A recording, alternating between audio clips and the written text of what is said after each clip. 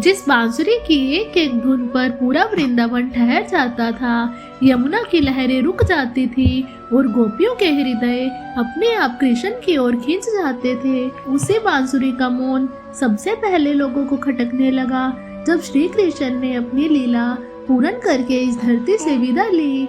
द्वारका के महलों में शंखनाद तो हुआ, लेकिन वृंदावन में केवल सन्नाटा था, क्योंकि वहाँ अब न तो रास था, न ही मधुर मुस्कान और न ही वह परिचित स्वर जो हर पीड़ा को हर लेता था। लोक कथाओं में कहा जाता है कि कृष्ण के देह त्याग के बाद उनकी बांसुरी को किसी ने बजाने का साहस ही नहीं किया, क्योंकि लोगों का मानना था कि उसमें अब भी कृष्ण की श्वास बसी है। कुछ कथाएं बताती हैं कि उस दिन राधा यमुना के तट पर बहुत देर तक मौन बैठी रही और बांसुरी को देखते ही उनकी आंखों से आंसू बह निकले, मानो वह बांस की बनी बांसुरी नहीं बल्कि स्वयं कृष्ण हो।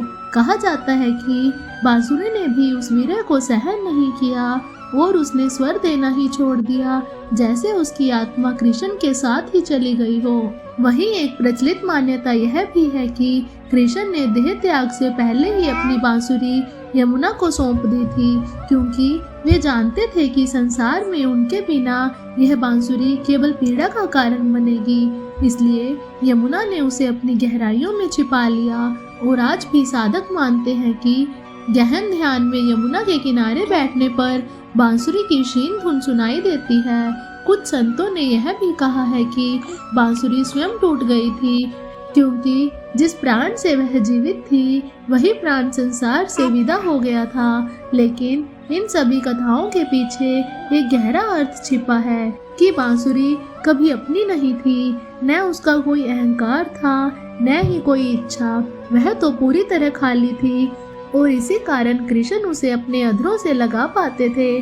जैसे ही कृष्ण गए उसका उद्देश्य भी पूर्ण हो गया और इसलिए वह कभी संसार में नहीं रुकी। यह कथा हमें सिखाती है कि जो पूरी तरह समर्पित हो जाता है उसका अस्तित्व तब तक ही रहता है जब तक उसमें ईश्वर की उपस्थिति हो।